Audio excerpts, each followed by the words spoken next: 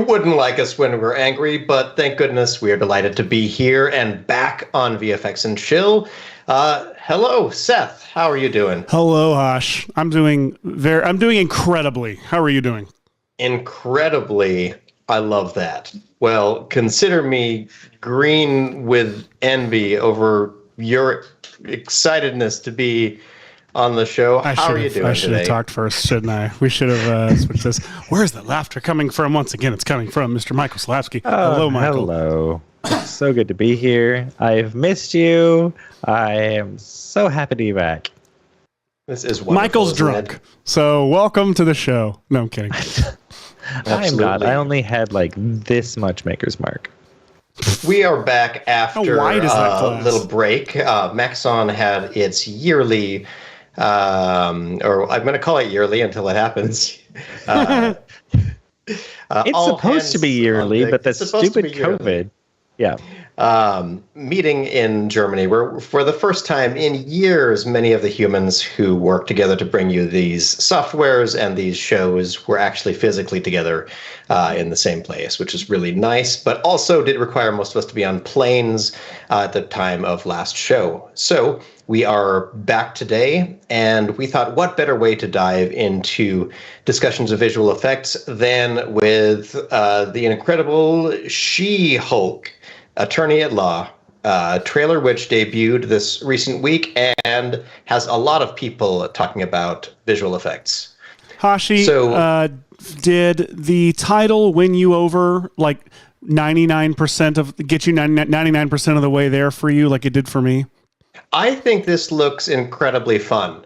And yeah, like not even joking. Me too. I enjoy ridiculous shows. I love shows with Attorney at Law in the title. And I feel like the title is great at setting the tone for what to expect out of this universe. 100%. So, and Tatiana Maslany is one of my favorite actors, period. She's got fantastic range. She's absolutely hilarious. And such good casting for this. I say such great casting. I don't know anything about the character in the comics, but if it's the same tone, I'm a fan, 100%.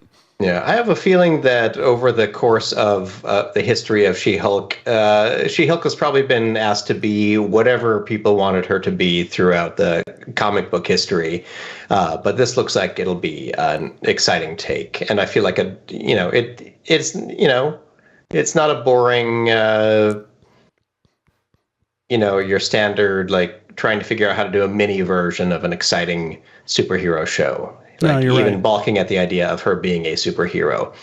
And also, can't get over the loveliness of someone quote tweeting this shot saying that Marvel knows its target audience super well.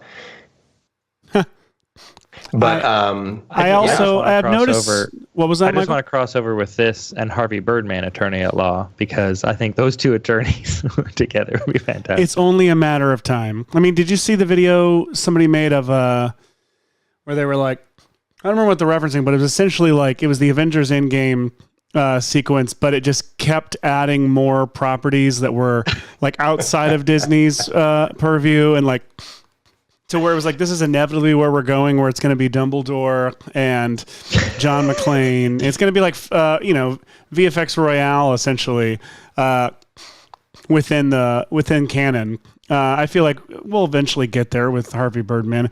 We were talking about something before the show. And we wanted to talk. Oh, some people have hated on this trailer. I don't know why. I know why. And it's because they're dumb. And it's because no one seems to understand. Or maybe it's this. Okay, sorry, I'm getting ahead of myself in my brain. Maybe it's because they hate CGI, but they're happy to critique CGI and point out what they think is bad CGI and what they think is good CGI, while at the same time claiming to hate it all.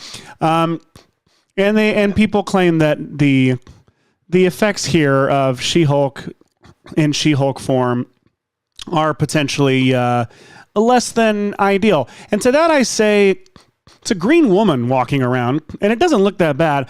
And it's a friggin' trailer. Like, have we not learned before now that like VFX shots and trailers are not final VFX shots. They're not final comps. Like this is what's been put out there now to hit a deadline, and nobody's ever done. You just stop working on it, and once we get closer to the TV show, it's going to be a much higher quality shot. But also, it's a TV show.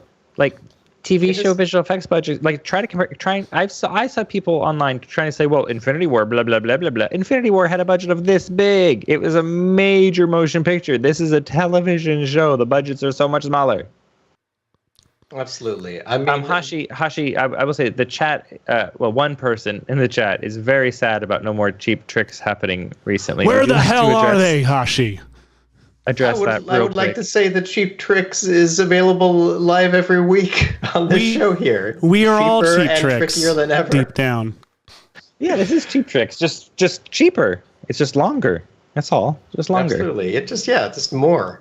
Yeah, what do you think we're selling on this show? Yes, I do quite enjoy the long format, like tailored tutorials as well.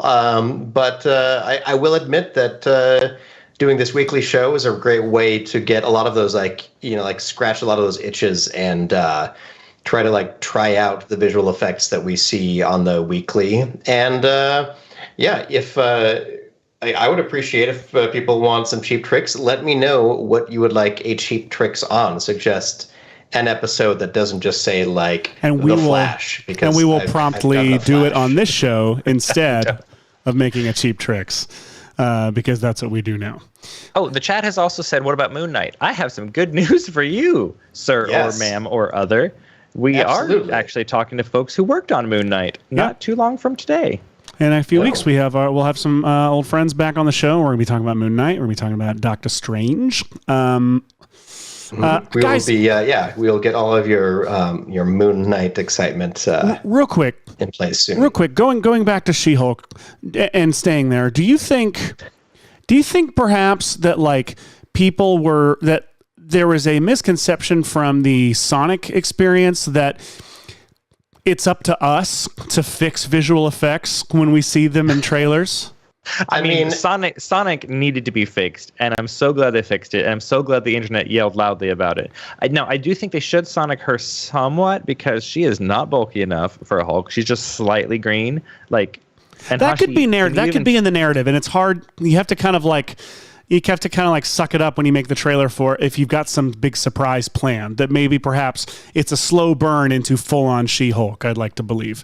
So I agree with you though. She's not buff enough if this is final She-Hulk. Even Bruce Banner as Hulk, he is taking his, half and half form in the preview for this show. And that was something that took 12 movies to dial in on. And it's the third version of a cinematic Hulk that I guess technically second, whatever. Within this newer phase, Disney plus Marvel take on what the Hulk is, how big he is, all of that stuff. So there's going to be there's plenty of wiggle room. I feel like. I think they should just replace her with Sonic, like just the Sonic asset that they ended up with. Just Hugh slide it to green. Yeah. Perfect. Yeah. For the entire first episode, just Sonic. And then when people say, what the hell? Then you just switch it back and say, see, this is better. It's not what you wanted. This is the deal. Anytime, and this sounds like something we're going to have to do on the show. Anytime that the internet complains about visual effects in trailers, they should be punished by having that thing they complained about completely replaced with Sonic in the final film and the movie be ruined. Absolutely. Now, I am curious, because what I think is interesting about these effects is bad CGI is so easy to type. It's 7 characters on the keyboard if you include the space. And I do include the space, Hashi. But I don't know how they're doing She-Hulk in this. I don't either. I do not know if it is 100% digital. I don't know if it is performance capture enhanced, similar model of the character. If it is Tatiana in makeup with a wig and then on stilts and body replacement. I don't know what they are doing. Well, look, let's see. There's a like close-ups of her, get her performance. Like. So, like, that's an interesting face, because that's not her face, but it could be her, like, it feels Lola like her VFX performance face. Yeah. But I'm not sure what they're doing there. And yes, like, this specific shot I thought looks a little bit uncanny. And, an adjective reserved for the X-Men in general. I was going to say, is that a pun? I can't remember what that belongs to. Yeah, X-Men. Sorry. Because they're uncanny? Yeah, they're not canny at all. There's no can in the X-Men zero can whatsoever. factor. Yes. But yeah, I don't know precisely what they're doing. I don't know if she is completely digitally recreated, which is usually the easiest way to go about doing something like this, as opposed to trying to preserve parts of the original performer, and or doing, like, the most straightforward way I could think of to do this is with some Amazonian body stand-in character with a face replacement. But even face replacements are remarkably more complicated these days than they used to be. Yeah, she's probably got to be entirely digital, but there's got to be. I wonder if they're recording her facial performance, like if she's wearing a headset on the day, like wearing a head, a helmet of cameras. Or I guess you'd only need one camera, the GoPro on the front with the trackers on the face. Certainly. And we saw a similar process, but played for comedic effect, in the movie Free Guy recently, where Ryan Reynolds had a body double. That's right. Basically, they would perform the scenes with Ryan. They would film the scenes with the body double. And instead of, let's see, what are the old movies where they did this? Like Jurassic Park, where they have a stunt woman play Lex falling out of a ceiling grate and replace her face like manually. That's like 3 frames, though. That's like basically old process Photoshop, of doing this. But and then you have all the way to like David Fincher-esque levels, where you're doing a total facial capture of the facial performance and then projecting that onto 3D geometry tracked to a face, which is, I bet, what they're doing for the full body shots in this. That's my best guess, is that they're replacing the hairline and face on another performer for some of that. And the performer's just got Gamora makeup, essentially. Yeah, but I'm positive that half the time it's also completely digital, and the fact that I don't know means that I would never paint all of this with a brush of bad CGI. Exactly. Speaking of painting with a brush, Hashi, this woman is green in some of these shots. Can you tell? So I know from lore that the Hulk is green. Like that's what people always say. This falls into the specific category of I'm forgetting the technical term. It sounds like Deuteronomy, the type of color blindness I have. Oh, I am it sounds like the colorblind galactic. specifically to distinguishing red and green from each other, and so, except for the fact that I know she's supposed to be green, I wouldn't know it from watching this trailer. And cannot pick it out while watching. So how hard is it for you to tell when she's Hulk and when she's not Hulk? The hair length is the main thing I've got to go off of. And so if there are any scenes where she's green but has her, attorney hair, I don't know.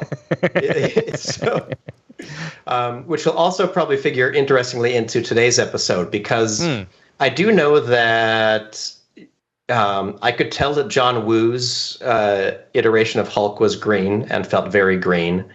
It was very green. Very green.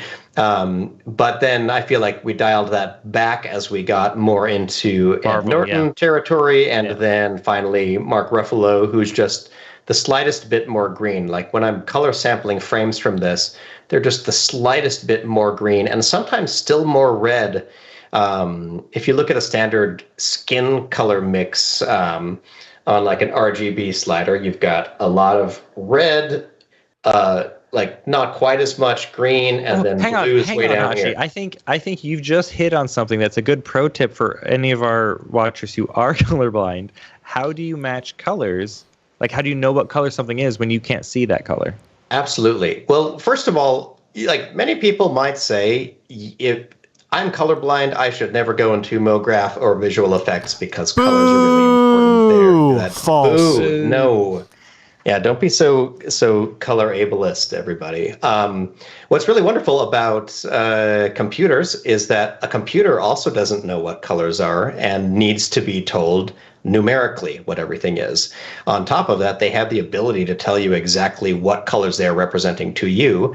And for example, for me in After Effects, that is in the info panel up in the top corner at all times, that I can hover my mouse anywhere in my frame and it'll tell me what mix of red, green, and blue is going into something. And so based on those numbers, I usually try to play with looking at a reference pixel of something that I know is color corrected properly compared to the element that I'm trying to put in there. And I still miss the mark sometimes, but it's easier for me to see numerically if I have too much green, too much red, too much blue.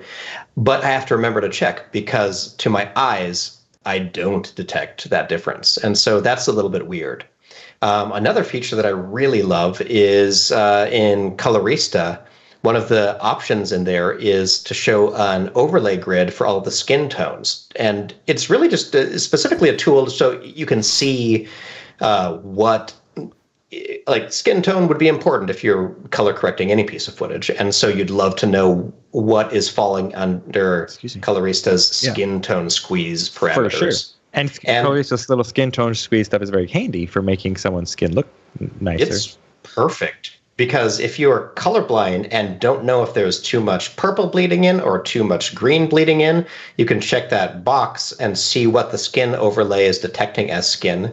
And then just like dial your hue left or right to see where the skin detector says, oh, this is skin now.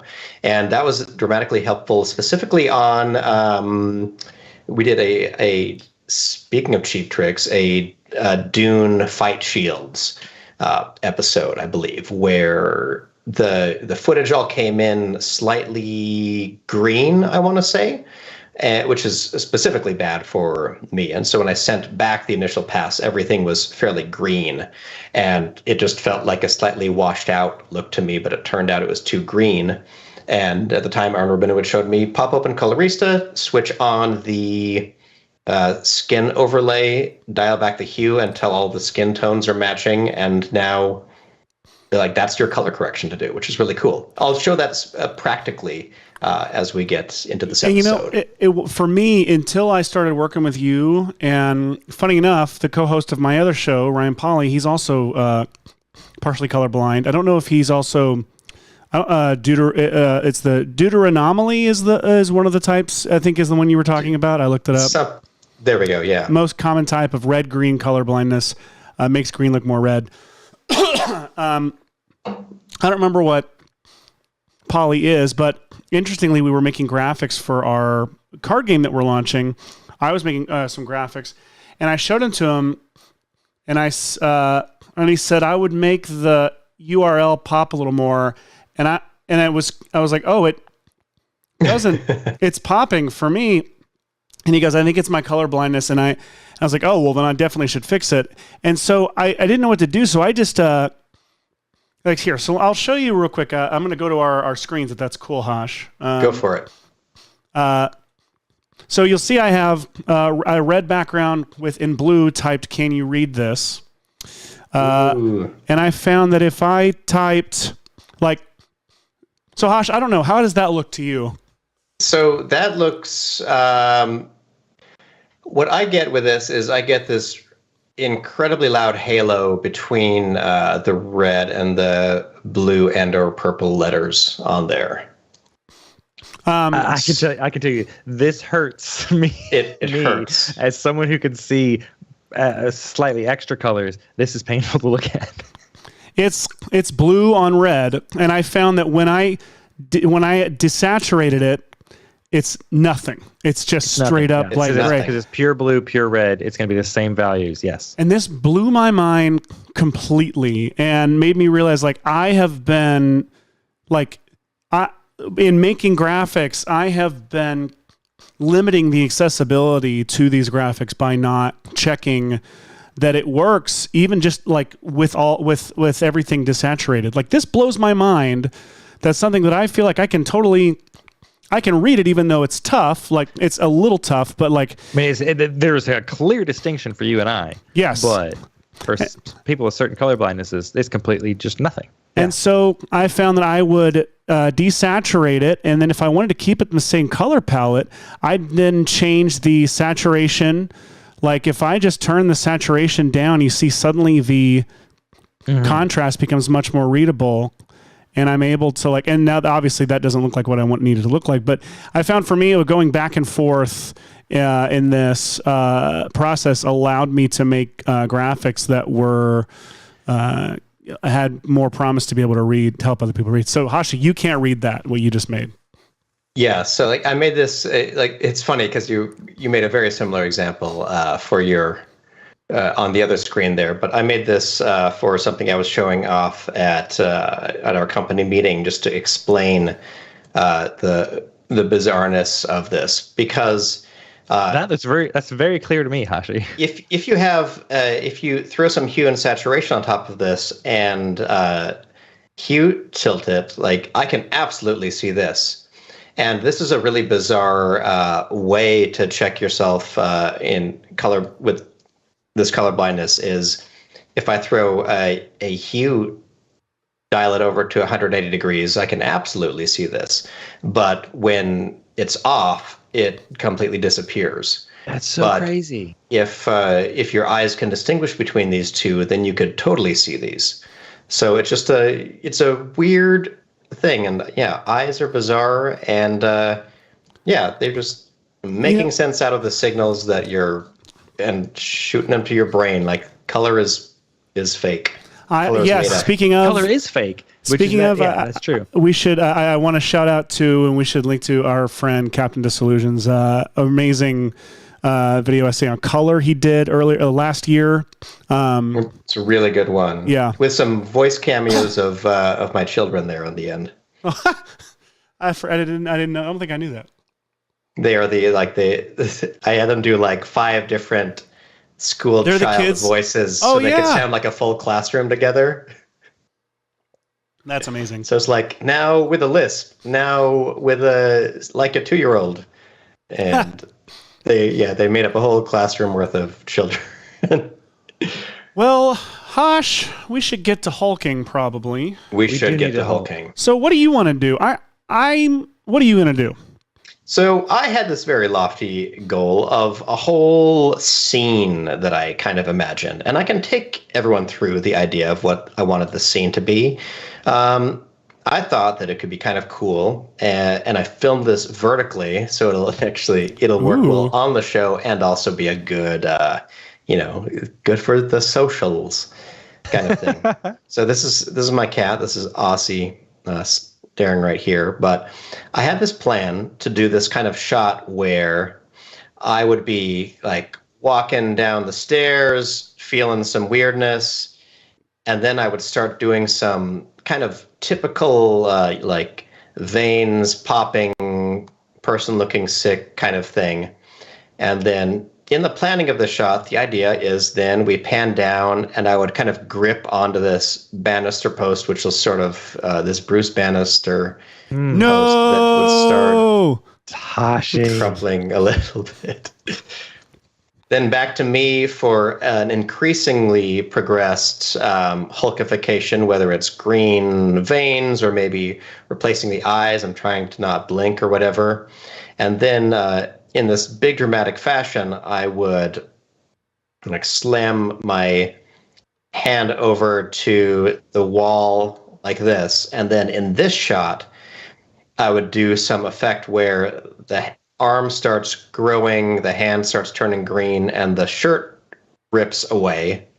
So then I can kind of pan back to a view like this, where I have grown into the Hulk. And so to do that, I filmed. That's a lot, Hashi. It's a lot, and I don't think that kind of a thing through. Colorblindness doesn't affect your planning skills, unfortunately. And so basically, I filmed this shot, and I filmed a bunch of other stuff. I'll kind of show. Let's see. I can pull these files up. May not be super interesting, but the plan is I would for one of the moments where I get down to the bottom of the stairs here, there was sort of this underlighting bounce that was happening from the sun in that room, and so I tried throwing a big green sheet over it like this in case that would bounce any green up onto my face. It did nothing. No, Hashi, someone who can see color, it's definitely a green wash coming up on you. Yeah, there it is. Green. Hey, there we go. See? Look at that. I was hoping so. And then after that, I went over to the corner of this room and stood on a stool and tried to film from roughly the same spot when my hand moves over to the wall, finding a similar spot, but with a wide-angle lens now. And then filming this plate where I stand up on a stool so my camera gets taller and taller within the room until it's looking all the way down at this crazy staircase. And my plan is to composite myself as a Hulk into here. Oh, like you got real tall. Like I got much taller. I got you. So in theory, I was hoping that you would get that I've come downstairs and that I'm shorter than the banister post here. I can hide a lot of my growing during this shot. Right. That's nice. But then when I pan back, like instead this. of being way down here, this short, this is how tall I actually am. Yeah, I like That's fun. Tall. That's really fun. Oh, Alberto Padierna in the chat says, Alberto! Can't wait to see how to do the shirt ripping. You know, in Cinema 4D S26, which just released this month, you can rip stuff. You can rip stuff. The cloth ripping stuff. So previously in Cinema 4D, when a cloth ripped and you had that break between the polygons, because those points were no longer connected, those polygons would just disappear. In the new cloth, hit my microphone. In the new cloth system in Cinema 4D, they don't disappear. So if you wanted to do cloth ripping, I would highly recommend updating to S26. Now, so the question is, one of the, sorry to interrupt, but one of the great things about the new cloth simulation tools is that they are beautifully named, just renamed differently than before, because there were a couple mystery properties to me in previous cloth simulations where I just, like, stretchiness didn't do what I thought, but now we have some great terms like stretchy, like how much it stretches, how much it bends, how stiff or not, and it, like, things that you would associate with fabric as opposed to simulation factors. And I really like that. It works for both rope and cloth, and the terms are just a little bit clearer now. Totally. If you're a novice. Now, Seth, looking at your screen, your Hulk there seems to be quite a Hirosite individual. There's plenty of chest hair on that Hulk. I can't take credit for that. This was, I'm going to give credit to Lil CJ from Sketchfab. Lil CJ, come on down. Made this CT attribution Hulk with tons of hair. And I want to I'm going to take this Hulk and I'm going to put my head on it. From the mix-a-me that we have. I will say, the bodies look a little bit different there, Seth. Well, you know, this is actually more like my current body, purely in muscle. The first process is going to be us, like, reducing the sheer rippling muscles that exist on our actual bodies to make them more in line with, like, a comic book, like your standard muscles kind of look, you know? Exactly. So what I'm going to do is here's the truth. It's going to be way easier for me to cut this head off, put it on here, and mask the transition using a collar or a shirt to mask the transition from Seth head to Hulk body that way. And I actually kind of think you're doing Hanna-Barbera on this. Did Hanna-Barbera's Hulk have? No, Hanna-Barbera, the cartoons, because it's easier to not have to, like, the less you have to animate, the better if you crank them out. So almost every Hanna-Barbera cartoon character has some sort of line here, like Fred Flintstone has that little collar with the tie, because that way they can animate the head. And the body is the same the whole time. So they have that little line of separation. Like Yogi Bear, that's why Yogi Bear has that little tie. We keep pushing our animation part 2 episode, but we're just going to trickle it throughout the next, like, 20 episodes over time. That's really great trivia. Yeah. Visible collar, great for Hanna-Barbera and great for Butt with Raptors. Really great for Butt with Raptors. So I'm going to... that means I'm going to probably steal this collar because it's actually isolated. If I remove my shirt in real time, you'll find it's just this collar stands on its own next to my severed head or around my neck. So I'm going to bring that collar into here and place it here, but then I'm going to actually, I've been talking about how I've been having fun with this lately, since, figuring how easy it is to do fabric in here. I'm going to make him a shirt, and I'm going to form fit it to his body using Cinema 4D things. What? Craziness. I know. So anyway.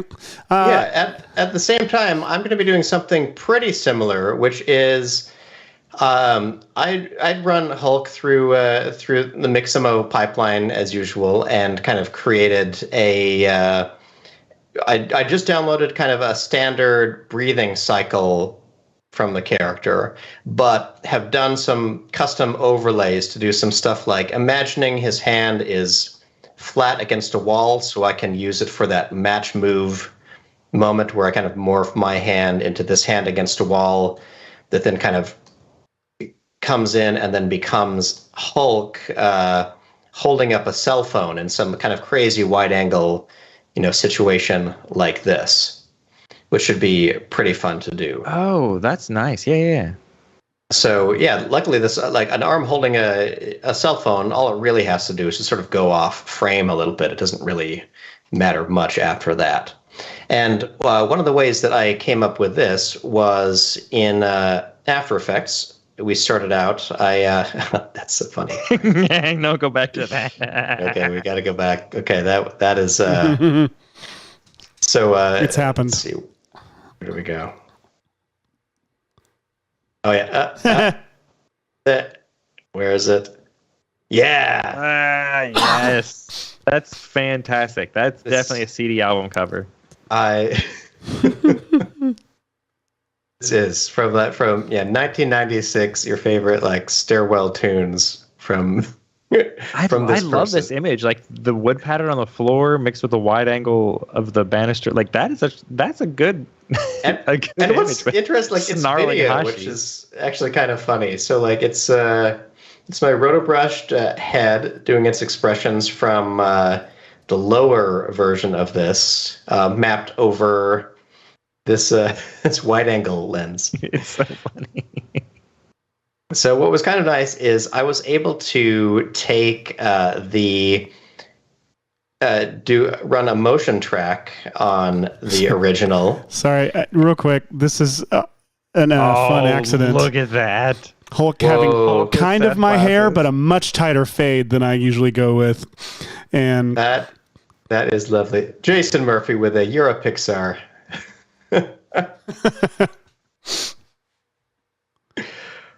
I love that. I'm gonna cut some heads. You keep teaching, Hush, while I disassemble this Hulk. Sure. Hang on, so Hashi, I'm gonna save. Before you go on, I do want to say that Cody from the chat says that their absolute favorite cheap tricks of all time was the Black Panther titles. They say it was mind expanding. Because they rule. So you know. Ooh, I like that. Well, thank you, Cody. I don't know why that sounded so sarcastic. Thank you, Cody. Don't go to hell at all. So one of the fun things is that so I took just this middle section, that little camera move that we discussed earlier, where I'm looking at the wall and the camera kind of pans up. So I motion tracked that, like you should if you're working with any footage kind of like this. And from the 3D camera tracker, I got a very great null because it's an empty scene. It's pretty easy, all of that stuff. I also then created kind of a ground plane, a little plane here, a plane there, so I knew where these 3 reference points were. And then from there, I actually just ran up and said, export Maxon Cinema 4D exporter. And the wonderful thing about that is, let me open up a little slightly older version of this project so you can see kind of where I started. So what that does is, let me hide my Hulk character here for a second. But I then got right into Cinema 4D and had these 3 reference objects and a camera perfectly animated from my After Effects track. And what's cool is you could do this either way. You could have also started with the footage in Cinema, tracked the camera, and then exported your camera, pushed it through to Cinema. So one of the great things about working with Cinema 4D as a 3D tracker is that it has a way to export back and forth between the two, which is really nice. So the only modification I had to make here was that I added a background object, and for the material of the background object, I created a material that was the QuickTime that I had tracked. Oh, that's off screen for you all. Let me make it switch to half screen mode. There we go. So I created a new material that the luminance value was the QuickTime itself. And then once you've done that, you have to click on the actual shader there, where you can click on this animation tab right here. It automatically filled out from movie start frame to end with 0 to 629 in this case, which is a very long VFX shot.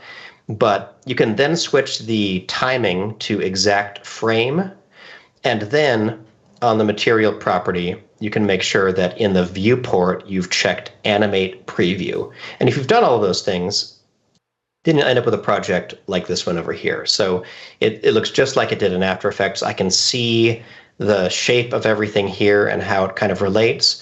And then when I bring in my Mixamo character, the Mixamo character actually happened to be almost exactly the right scale for this system, which is really cool.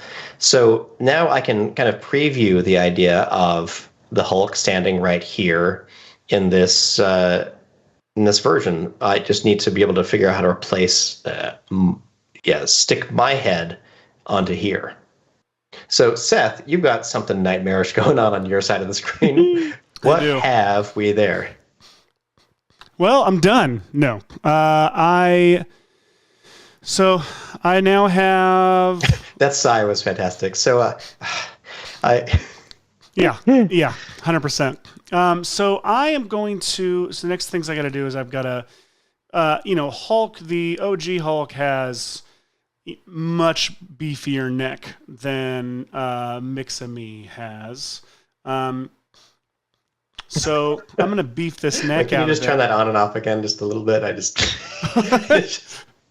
I still love it with like your hair poking at the top and your glasses. Like, I know it's so great. Part of me wonders if I should just go with that. It's just get my hair. I don't know. Oh, come back. Kid at the convention in between, signings. You know what? Oh my gosh, that's not a bad idea for me to just go in here and just round off that neck hole, and then you make yourself carrying the Hulk head around. Oh, I see. It's literally me at like in a Hulk costume at Comic-Con. Absolutely. Saying, Mr. Ruffalo, sir. Oh my gosh.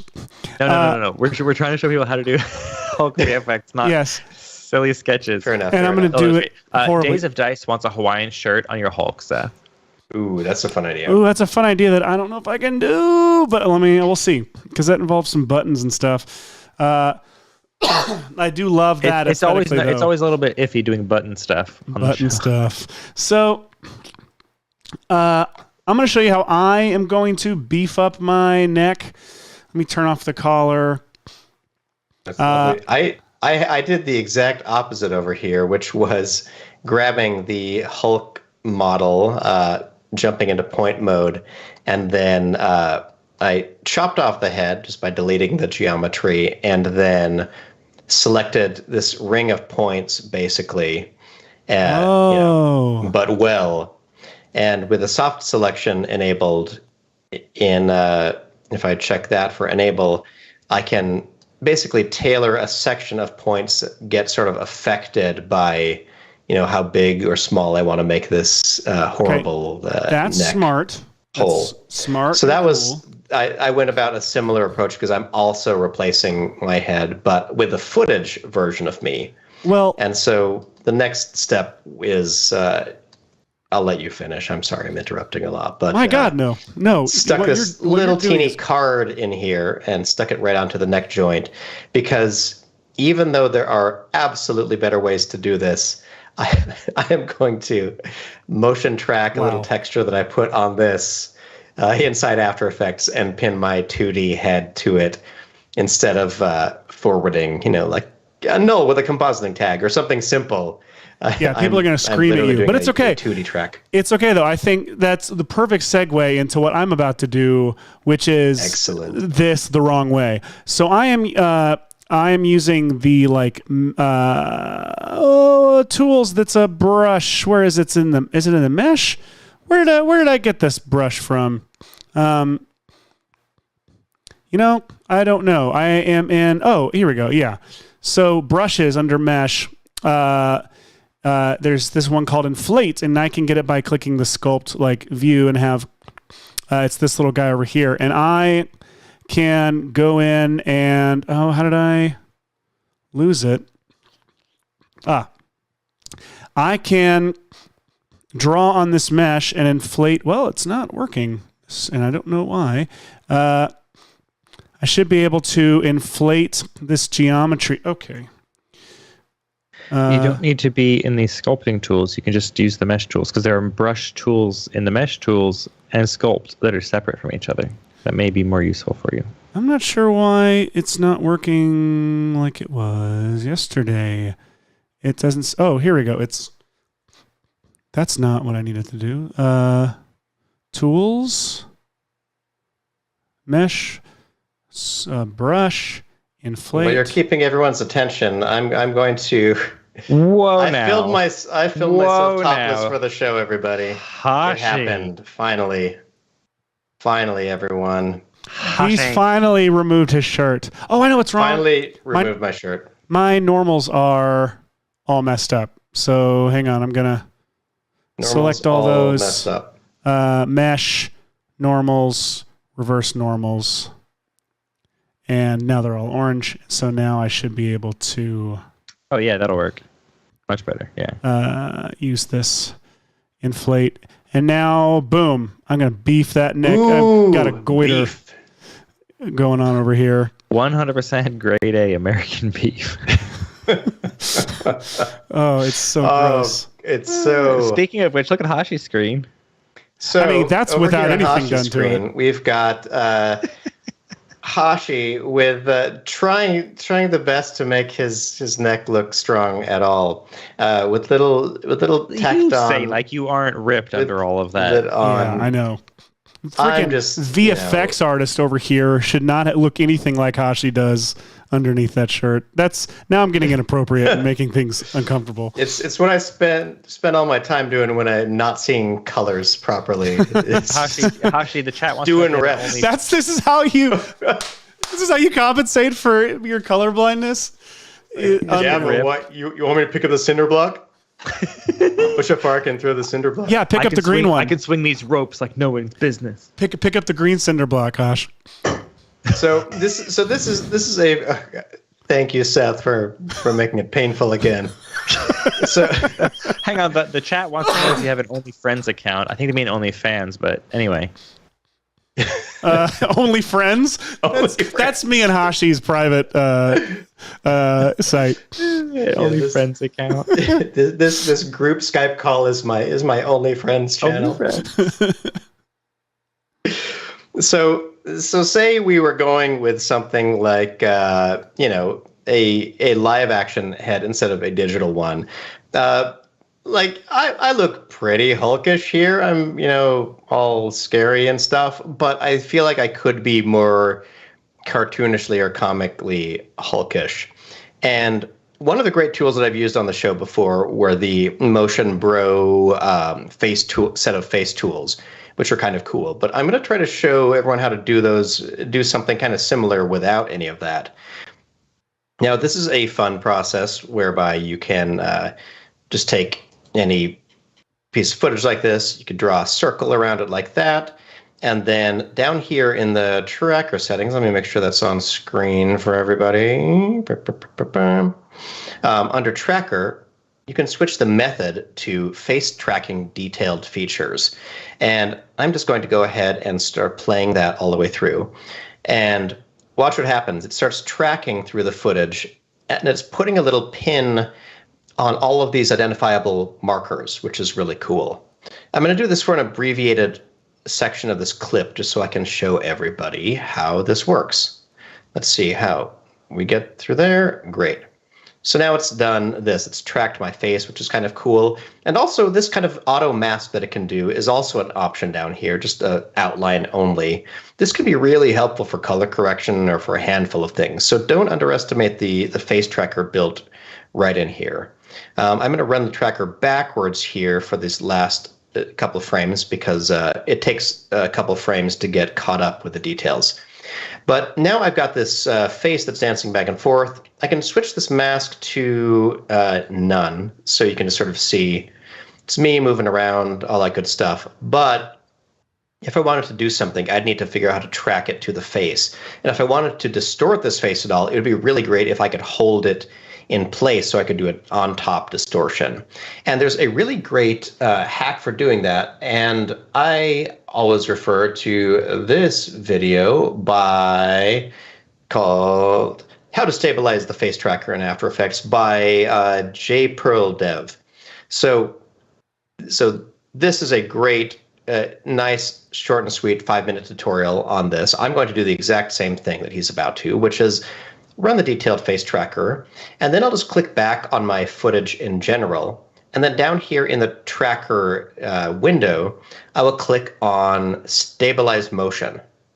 Once I've done that, I can check box rotation and scale, and that will create these two track points. And you've done this before. You can like put them over this eye and that eye and kind of stabilize them or whatever. But if you've already run the detailed face tracker, you can actually just come down to the timeline here, and right under effects, you'll see that After Effects has created this face track points data. I can twirl open the left eye, twirl open the right eye right here. And then under motion trackers, I can open up my stabilized tracker, points 1 and 2, just like that. And this may be a little bit hard to see, but I'll try to say out loud what I'm doing. I'm interested in the attach point under track point 1 and track point 2. And then I want to link each of these to where the pupil is in the detailed face tracker. So it's just this. I'll go to track point 1. This is crazy, Hash. Grab the attach point and select left pupil. Then I'll go to this attach point, grab that pick whip and say right pupil. And then you'll see what's happened is now they are expression linked. So now the two attach points are dead on where the eyes are, which is really cool, all the way throughout.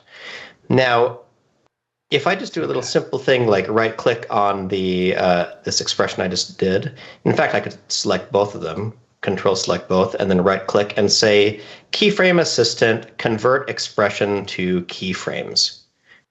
That will bake out the position of that link on every one of these frames. So it's no longer expression dependent. That's exactly the data it has now. And now I can say apply X and Y.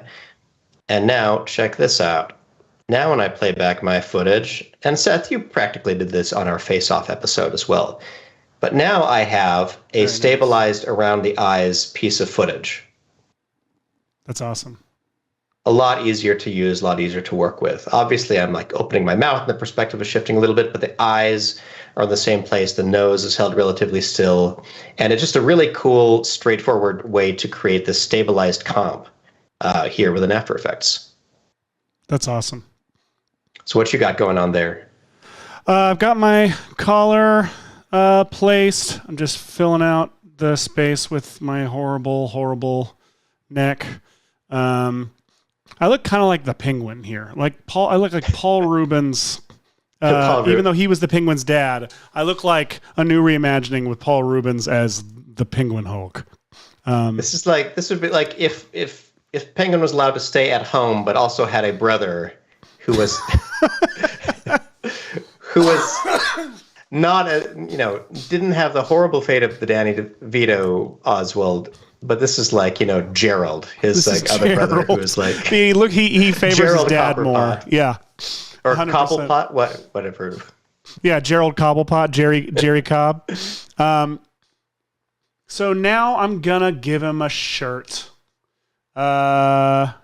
So here's how we're gonna do it. And I did a little bit last week. I don't need to actually explain it all the way through unless people really want it, but I'm going to draw a flat shirt with the polygon pen, and then I'm going to duplicate it, bridge them, make sure the normals are aligned, and then set those bridges as stitches. And because bridges get stitches in Cinema 4D. Bridges get stitches. And nice. And then I'm going to click a button that makes it into a shirt, and I'll show you guys how I do that. So first and foremost, let me draw this shirt. Now it's time for draw that shirt. Draw that shirt. Woo! So I'm going to. I have the. Okay. The pen is working. It looks like it's snap. No, it's not. Never mind. I am just gonna, as carefully as I can, even though it's very haphazard. I'm drawing the full sleeve shirt, even though Hulk definitely would have ripped through it. That's okay. I have an idea on what to do about that.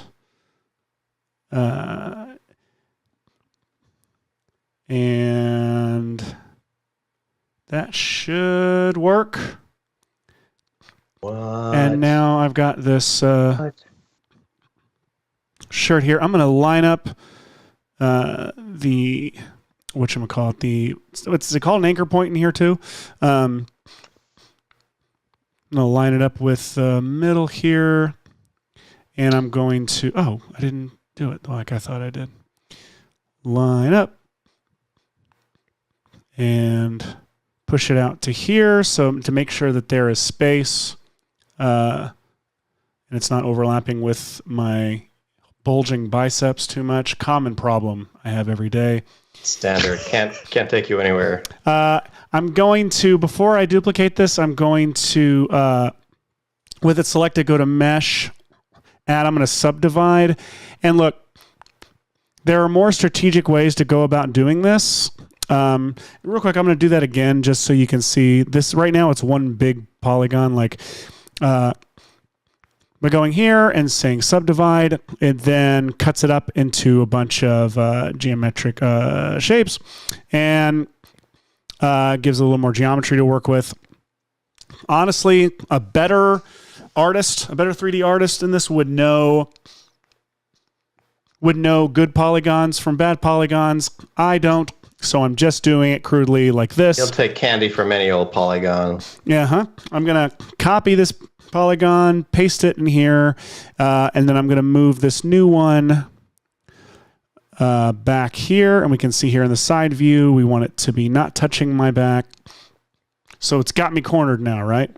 And I'm going to select both of the... Well, first I'm going to make sure... Oh my gosh. Sorry, Seth. I'm just... I know. This is great. It does look great. This is something I do not know how to do, and is one of the last stages of what I've got to do because I want to do the torn cloth over one of the arms on mine. So I'm going to just try to deftly study what you're doing here, while doing my own thing over here. Before I connect these and bridge these, if you look with them selected, this front one has orange polygons facing outward. This back one has blue polygons facing outward, and I believe that means the normals are the gonna be normals are facing the same direction on both of them, and you want it to be facing the other way because it's going to be the outside of the shirt. Yes, you need to reverse those poly. So I'm just going to reverse the normals on the back. So now they're orange facing out. And so now I'm going to select both of these polygon layers, and I'm going to right click or control click, and I'm going to say connect objects and delete. So now they are both in this as one, and I'm going to connect them by going into edge selection. And this little bridge right here will allow me to, I'm actually going to go back to this view, will allow me to, how do I make this window bigger? Here we go. Allow me to connect and bridge the shirt just like this. So it's a little tedious, and I'm sure there's a better way to do it all at once, but you know what? I like this. It allows me to relax and just bridge some polygons. You've always wanted to be a tailor in, Yes. My grandmother, who was 90 yesterday, Congrats. she used to make a design and build costumes for Dallas Theater, a Dallas Theater company, and she's the reason I got to go wear the Baby Bop mask, because she was friends with the costume designer on Barney, which I believe was shot out of Dallas Fort Worth. Or maybe not. I don't know why I got to do that, but it was through her. But she would every year, when I was a kid, my Christmas gift from her was always a trunk full of new costumes. And she would make me like a wide assortment of cool. Pirate costumes, Ghostbusters costumes. My Ghostbusters costume was designed with my explicit instructions to give me the Spangler name tag on it. I tended to favor the nerds in every film. Didn't we all? I was a big Wayne Selinsky, Egon Spangler fan. So, Alex, while you finish your... Oh, you just finished your shirt. You're I'm done with cool this. He's still working his way through it. I just want to say, if you select if you select all of the edges, don't tell him. Both sides, and do one bridge, I know it would happen all at once. I know, but you know what? I don't want to select all the edges because I need the opening for his head. I'm just saying. I'll give you a nice double stitch. There's a way faster way to do this, is all I'm saying. You're a way faster way to do this. That's actually literally what you said, is that you are a faster way to do this. But I'm going to pause you for just a second while you finish that shirt and show a couple things that I'm doing over here. So one really simple thing I did was I threw like a CC toner on here that kind of makes me greenish. We can adjust this all later. But then on top of that, I threw a standard instance of the original footage and put an extract effect on it. That's like slightly feathered out, and I'm trying to use that to just eat away like the skin color until I'm mostly just leaving the hair. If I were to like show that, I'm mostly leaving hair and stuff like that. And then if I mix that with kind of a brightness contrast filter, it sort of darkens and keeps the hair in sort of a relatively, not green tinted color, but the skin mostly green. And then I took yet another copy of this, and then check this out. So I'll delete this first mask, for example. I don't want the teeth and everything tinted green, but because this is stabilized footage now, and it's relatively the simple shape right here, if I go to my mask tool, my pen tool, and have Roto Bezier checked, especially helpful, I can just go, let's draw the rough shape of this mouth here, blah, blah, blah, blah, blah. It's something like that. And that'll reveal a nice color inside my mouth. I can feather out the sides a little bit. It doesn't need to be very precise, but something like this. So you can tell that there's, still like my nice yellow teeth and my tongue right there. But now under the tracker window, again, tracker window here of all of this stuff. And you could also pull it up by right-clicking here and saying track mask. Because this is simple and not moving around too much, I can select Method, Position, Scale, Rotation, and Skew, and I'll just press play and watch this. This Roto Bezier mask is trying its best to stay with the mouth shape. For this all the purpose, way that's through great. the entire piece of footage. I just did the exact same process on this eye and this eye. Even though they're pretty stabilized, I probably could have just drawn a static mask for them. But now I have some of the original color back in my mouth and in my two eyes. And There you go. There you go, Alberto. Does that answer your question? And you have a brand new Twitter profile picture. Exactly. So I'm gonna try to. Oh my gosh, I love that so much. Ooh, that color green. Oh, there you go. You're heading into Marvel territory. There we go. Meanwhile, over here, it's time for the real fun part. I'm going to select. Were you attend the Met Gala? Yes, we're super. Like, this is just incredibly funny to me. The idea that, like, I made a shirt, I'm done. It's done. So with Polygon, ladies, gentlemen, and others, high fashion. I'm gonna select all the sides with this, making sure visible only is turned off so that it actually selects all those stitches. And I'm going to do one thing that I love about Cinema 4D, which is I'm going to store this selection. And when stored selection. When I do that, it creates this little triangle over here that when I click it, it'll always select those stitches for me. So I'll be like, hey, get those stitches. And it did. And now guys, I'm going to go in and I'm going to say, hey, I want this to be cloth. And I'm going to say let's see, I'm going to put the collar back into, hang on. I can put everything into a null and then put the collider tag on the null, can't I? Yes, you can just try double it and see, but yes. Okay. If you click on the tag itself, there should be an apply to children checkbox under, I can't remember. That's right. Grouping or something like that. I'm adding let me rename this to sweater. I put up here. So it's got the cloth tag on it, the null, which has the whirly head and the Hulk that I'm adjusting and not my saved OG Hulk. Has the collider tag on it.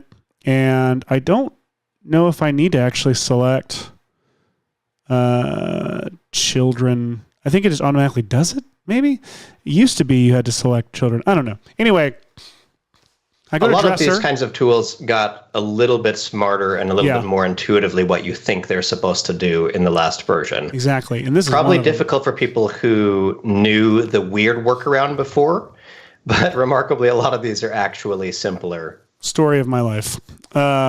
They removed my workaround, I complained before realizing that they just fixed the reason for the workaround. So now with these stitches selected, I'm going to select seam polys, and now it knows that those are the seams. I click set for that, and now I'm going to click Dress-O-Matic, and it's going to ideally suck this shirt. Oh, I need to do it without sweater selected in order to watch the fun. Shoot! Hang on. Oh no, what did I do? This is the fun part. Oh, it doesn't normally take this long. Okay, hold on. Well, that is fun, but we want to watch it. We want to watch it. Perfect. Do it. So I'm gonna I'm actually just gonna delete it. Delete that tag and start again. So here we go. Add the tag cloth and I need to select the seams. Set polys, and now I'm going to unselect it and go back and select the tag. And now we're going to hit Dress-O-Matic and watch it suck itself down onto my body. Woo!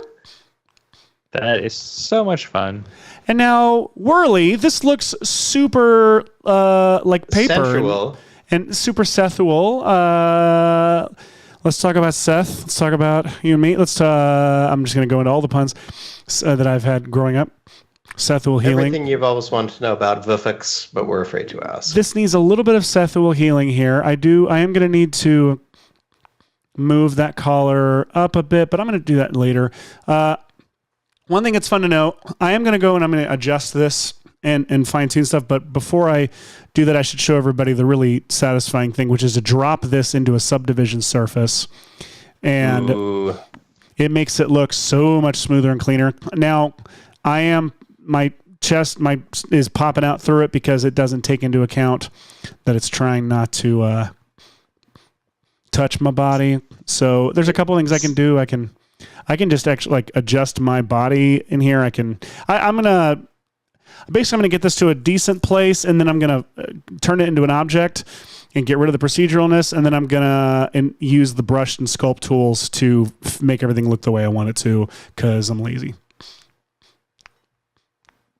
Now, I, in the meantime, have just been Kai's power tooling over here with the Liquify effect, and just modifying this stabilized face a little bit. Now, obviously, there's some motion that's going to be interesting as it moves through this distortion field I just created, but I just want to see what we've created here. And I kind of like it. It's like a bizarrely awesome, heightened version of Angry Hashi that is clearly live action based, but has some extra comic-iness. Now, do you have to roto that, or did you make you could probably make a mask from your face using some of your tracking and just let it be warped too and use it as a track mat, right?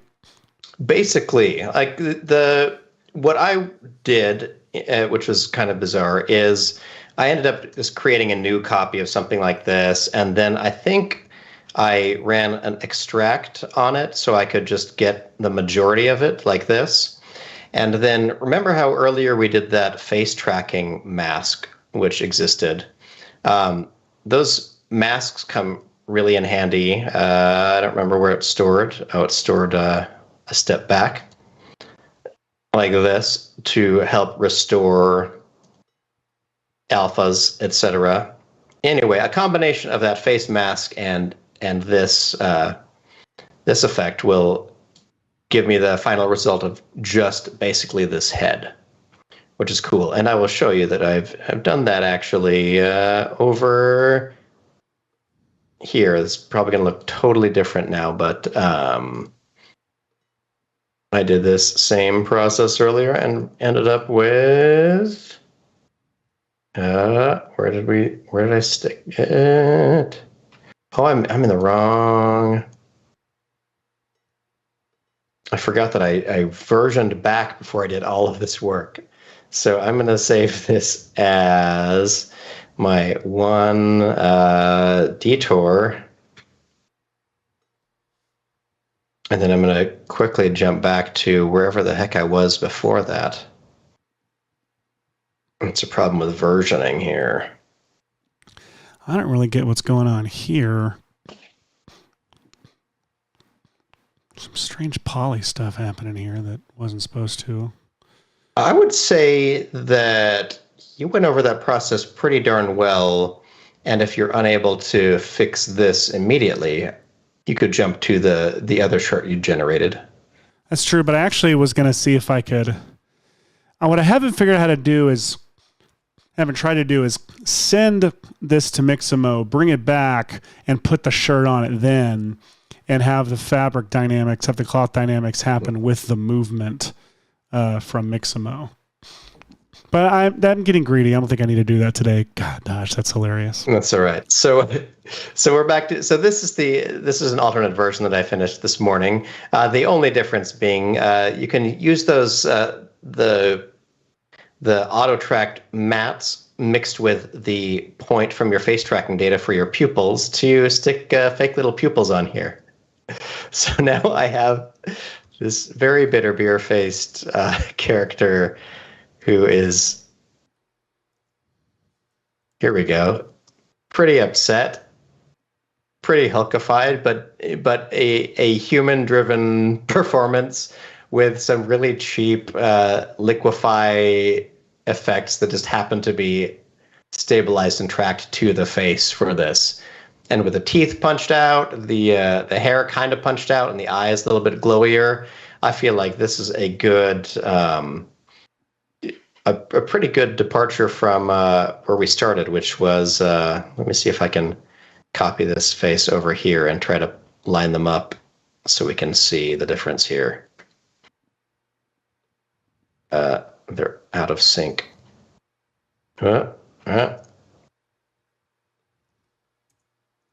trying to create a good comparison comp. Oh, I forgot I had a global mat in here as well. So yeah, check this out. Pretty good before and and post Hulk effect here.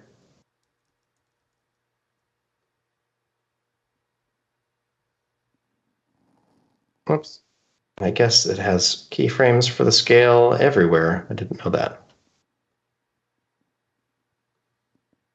Just show me my picture-in-picture.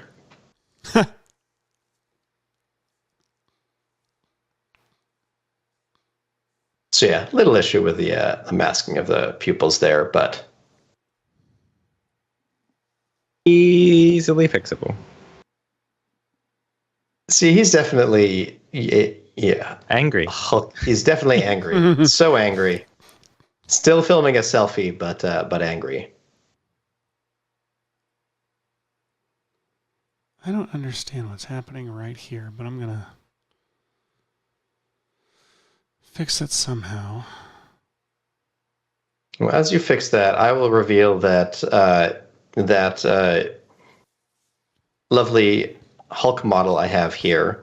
I stuck a little card right onto the neck joint there, and then brought that into After Effects via Element, as I'd done before, which gives me this the body with this little pinched together neck and this nice little trackable barcode kind of shape.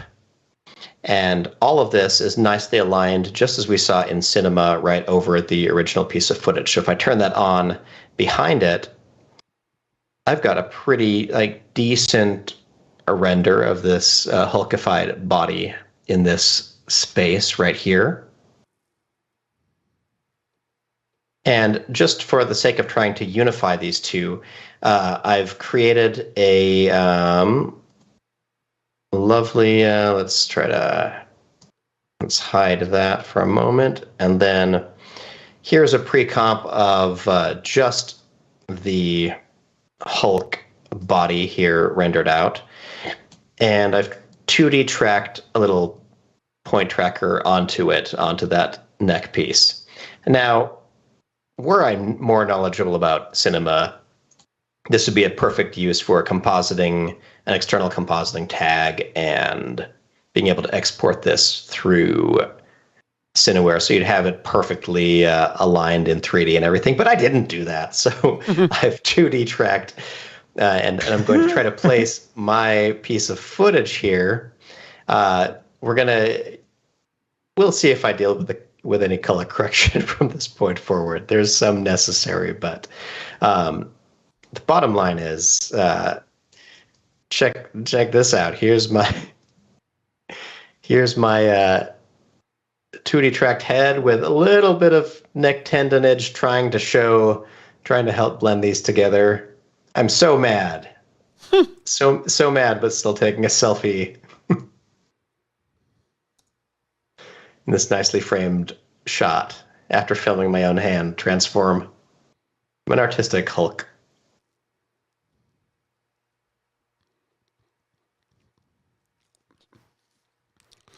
And I am reasonably satisfied with this, Seth.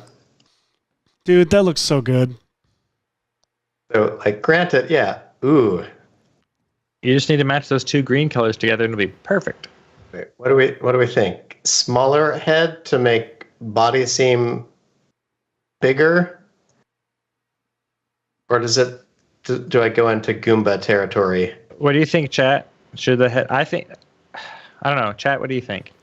Because perspective-wise, there's an argument to be made that it's it would be getting bigger like this on a selfie camera, but also there's it's sort of everyone knows that Michelangelo's David is built out of proportion so that when you view it from below, it looks like it's in proportion, which I don't know if it's really true or if it was a happy coincidence. Either way, it is very cool that if you see the David statue from straight on, it's taller and wider at the top. But if you see it from down below, it actually looks proportional. So, yeah, so smaller One vote for. One vote bigger, 1 vote smaller. That means we'll just have to split the difference oddly, right? Maybe here or something like that.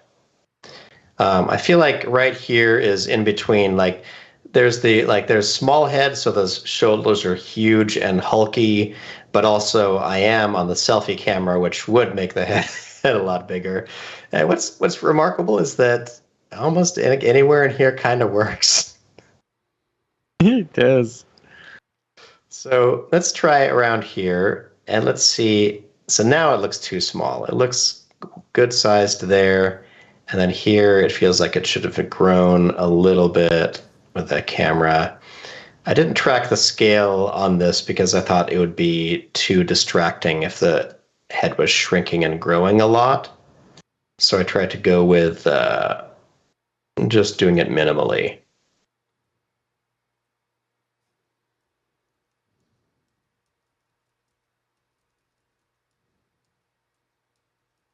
Okay, here we go. Now we get to the yuckiest stage of all this, which is trying to unify these two color spaces a little bit better. So I'm going to try to do that. Seth, how is it going over there in Taylorsville? Good. I am. If you were faster at this, we could call you Taylor Swift. Oh, but I'm Taylor slow. Womp, womp, womp. I am just trying to. I'm just going to delete some of this body geometry that I don't need on Hulk, rather than try and push it down underneath the sweater geometry. Let me see if that worked. All right, just a couple places still that I need to fix it. Now, the other thing is I need to fix this right here. Then I'm gonna do this with the grab tool by grabbing this sweater and just kind of pushing it down a little smaller. Whoa, no. Basically, I'm gonna try and bring this sweater up to where it needs to end up. Oh God, why is that happening? It's the worst thing I've ever seen. Trying to close this gap up here at the neck, and eventually, hopefully. Sorry, this is why I don't record tutorial voiceover while I do the screen capture.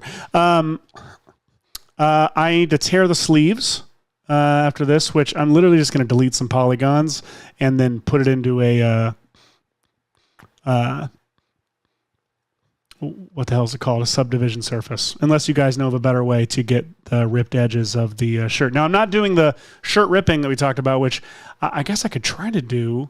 How would I do that? Shirt ripping? Yeah, like you could. I'm not making me grow. You would start with a shirt at its regular size, then you would have to grow the Hulk. But basically, tearing happens when polygons in the cloth simulation are pushed beyond whatever value you set. Yeah. And then they'll tear. But I don't know that we need to do that. Since you already have the big Hulk body. Yeah, no. And what I'm doing here is too much work. Hashi, you did the thing with the edges of your Hulk head. Let's see. I've sadly baked out my. No, it's okay. I baked out this Hulk head, so I'm trying to adjust the skin tone, but I'm getting some wacky eyes and mouth going on as I get closer with the skin tone. And for the skin tone, the only way that I'm trying to get it's getting close enough. It's close enough to good.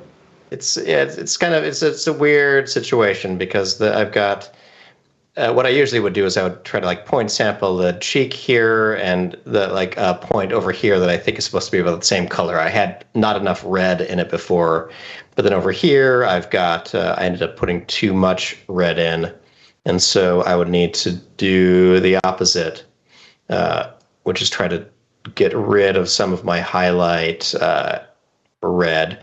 But this is exactly where my handicap is working against me at every turn to figure out what I should be doing here. So I'm just going to say the lighting was weird, and he's a freaking superhero, weird host monster thing, and that's closer than it was before, I think, which is all right. Levels are maybe a little bit off too.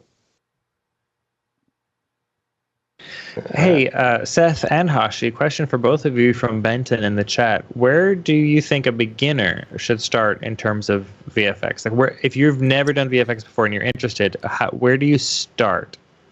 Just from the very beginning. I would say observation. Like, look how light reacts in a camera to things, because you'll know when you start putting stuff together that something doesn't look right. And if you understand how light works in a camera, you'll begin to understand. I mean, sure. I also would say just do it. Like, literally try something you want. Like, think of something you want to try to do, and then try to do it. And because even if you do it the absolute worst way possible, you'll learn a lot. Yeah, yes, just doing, you will learn.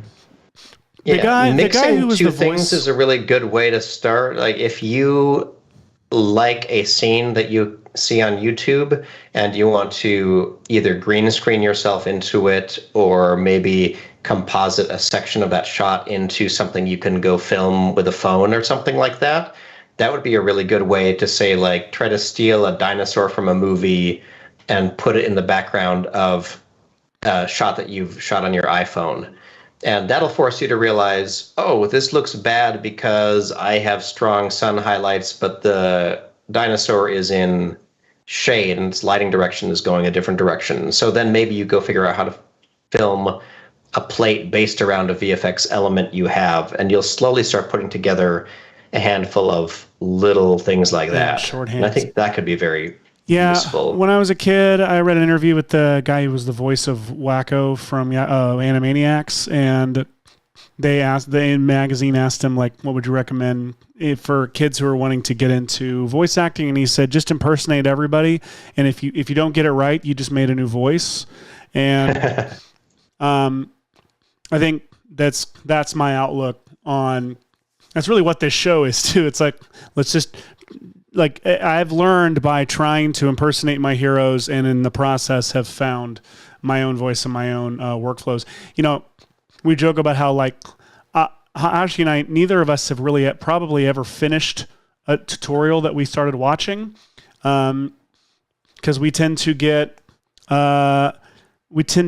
inspired by the tutorial, whatever we're watching, and then try to go off, and we're like, oh, we could also do that with this. And then you go off and mess around, and you realize you haven't been listening to the tutorial for the past, hour, because you've gone off down this other rabbit trail. For sure. I agree with that a lot. And I'm sure we have said this before, so it almost sounds tired, but do something you're really interested in as well, Benton. Like, start with something that you think is really cool, because it'll give you that extra energy to finish something. Whereas trying to, like, go through a huge learning tutorial series may be really intimidating. You'll think, I could never get to all of this stuff, so maybe I shouldn't do any of it. And that can be a drawback. So find something you really like, because you'll want to finish it and share it. And don't be afraid to end up with a result like what either Seth or I have on screen right at this very moment. Like, we are professionals paid to do this and given the authority for some reason to teach. So to teach how to use the things that we are currently using at this exact moment. So you could be doing this well and be at least on our level. So don't be afraid of trying and failing, and, or in our case, both.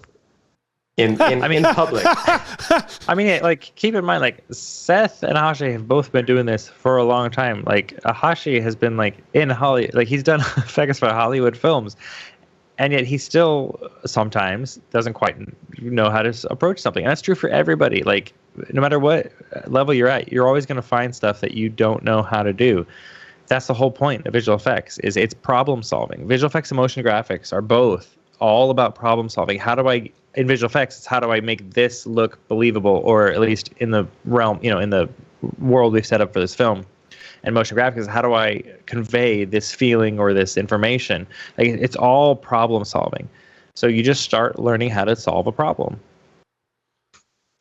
For example, one of the problems I'm going to solve is I thought I had a really good solution for cutting out the face, but what a better solution probably is just to go to this footage and doing a little roto brushing. I bet that's going to be better than what I have now. Because I thought that the neck detail was going to help blend it in. I don't think it is, really. So I'm going to do roto brush. I'm going to scale up my brush and grab a refine edge tool and hit these edges of the hair, so it'll give me some nice edges detail. Edges of the hair. Sorry. Edges. Look at that. Nice detailed edges there. Same for my stupid beard here. Stupid beard. There we go. See, it'll give me a little bit of definition there. And I don't want this part to become semi-transparent, so let's add a little bit more of that back in. Let's make the chin defined, but the hair refine edged. And then I'm just going to go for it. I'm going to try playing this through and seeing how well RotoBrush 2 grabs my head from all this, because I think it's going to do a great job. Meanwhile, I think I'm ready to send this thing to Mixamo. Oh, am I? No. I need to shred the arms. Let's shred these arms. They got to be shredded. I'm just gonna select some crap, and I'm gonna do some crap. So, boom, bada bing, there's some tear. And there's some... sorry.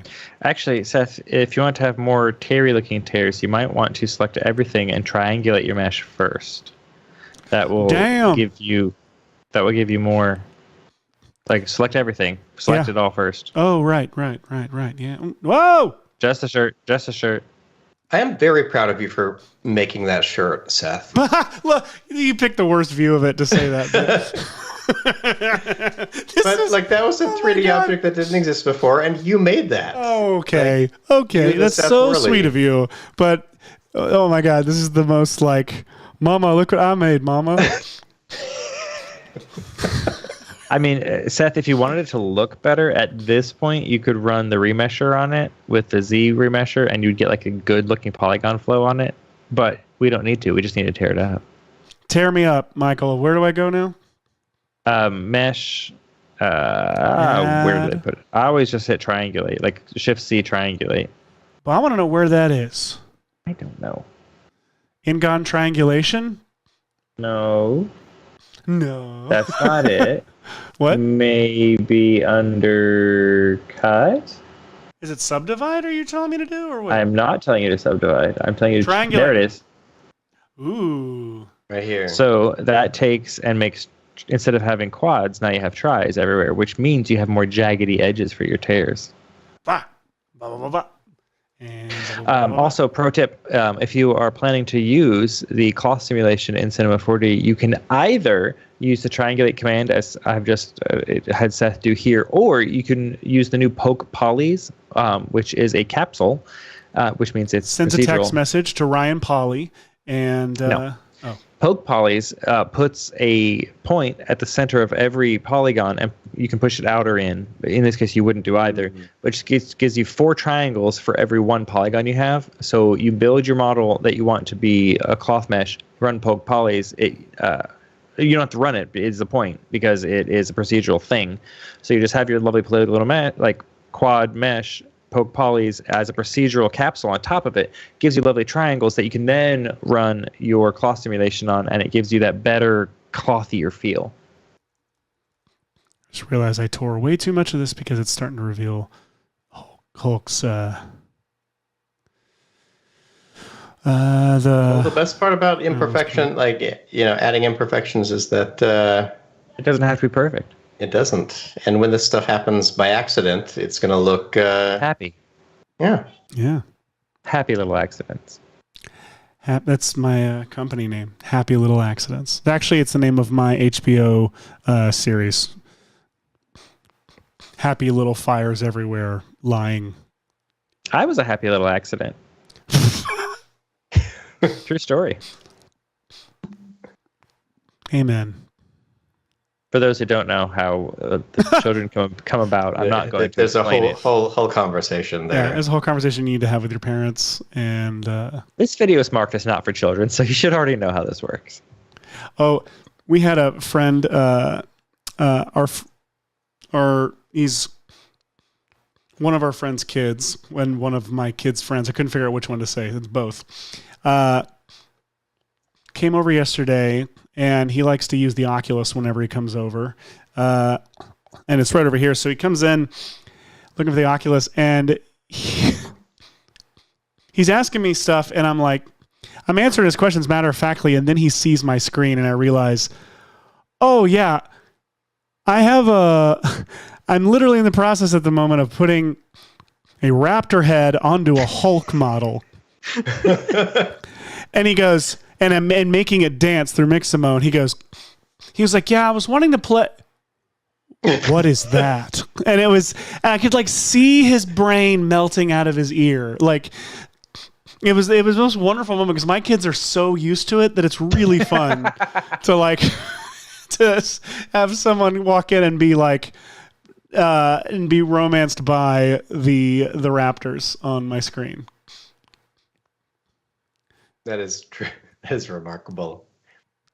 It is. I was noticing that in putting together the thumbnail for today's show, knowing like I love that. We're in a place that let me see. I can find that right here. That making this for work gave me neither pause or any like. This is a normal thing to do. This is a normal thing to do. Like we did like some rounds of notes about, including After Effects and cinema, just like to make sure that people understood what they were going to learn today on the stream. And, I say that we've lived up to many aspects of this. I mean, we've been in both After Effects and Cinema 4D, and we've learned cool tricks like Seth's really fast way to make a shirt and your really cool tracking techniques. Like we've got some good tips for both pieces of software in here today. We did. So I'd say, our thumbnail goals are at least, accomplished. I'm going to say, I appreciate that in our thumbnail, we have both the like extremely green Hulk and the more quote unquote realistically green Hulk. I like that we covered both of them there. Like one of you is like Luke Ferrigno and the other one is like Marvel. It's fantastic. We wanted to make sure that we were, snatching up both fan bases when they are if you love Hulk on the interwebs of any kind, yeah. Like, wait, but I don't know. Are they going to talk about the? See, we didn't clickbait it with like. I just realized why the female Hulk doesn't Hulk up as much. If she hulked out the way Bruce Banner does, they would have to have some sort of pasties or something. No, look at the comics. She always somehow manages to keep it all covered up. The most comfortable and stretchy part of any wardrobe is the support of. Yes, right? We all know. Everyone here. Again, this is not marked for children, so adults shouldn't understand that support garments tend to be stretchier. We're making garments. We're stretching cloth. We're in this realm now. And my goodness, why did I choose to freeze this on this live? Oh, freeze. Seth, he's freezing stuff. Oh, good God. I said you have a button. You have a button for this. Let's do subdivision surface and make these tears look... that looks all right. That's fine. I don't care. Terrible. It still looks bad, but I don't care. I'm in. Why does freezing take as long on the section that was already pre-tracked? I thought that I was going to start blazing now when I got to this stage of my freeze. Oh, I got to make my face green. I have a texture. I'm going to go ahead and do it. Need to be green. How do you make your face green, Seth? Just what's the best way to make a human face green? Is it just hue shifting or? Actually, no. I cut out a portion of because I liked the Hulk like texture that was on this Hulk, and so I cut out like a blank piece from that, and it looks like this. And I actually took the eyes from that texture and I vivid light blended them over this horrifying texture of me. I love this. Also, since we were using like the demo version of this head, automatic head making thing, look at how selfish they were. Not selfish, but look how much they squeezed down the texture that could clearly, for your face, that could have actually taken up the whole thing, the whole other side of it. But they're just like, nah, we'll do this, and so your whole face is defined by like 300 pixels. So what I'm going to do is go into the face skin, and I'm going to change that texture over to the Seth Hulk texture, which I believe I put in here. Seth Hulk texture. Seth Hulk texture. And boom, now I'm green. Look at that. Well done. Good way to match that green. Thanks, bud. Now I'm going to make sure, I think that their normals are probably messed up on this. I'm going to double check. Yeah. Is it gout that you have? Or yeah. It's upsetting. So I think that should be ready to take out to Mixamo, even though, God, it looks terrible. I didn't do any textures on the shirt. I'm going to do that later in Element because I've got a fabric there that I like. So let's export it as an FBX. FBX! Hulk Whirly. It's my uncle.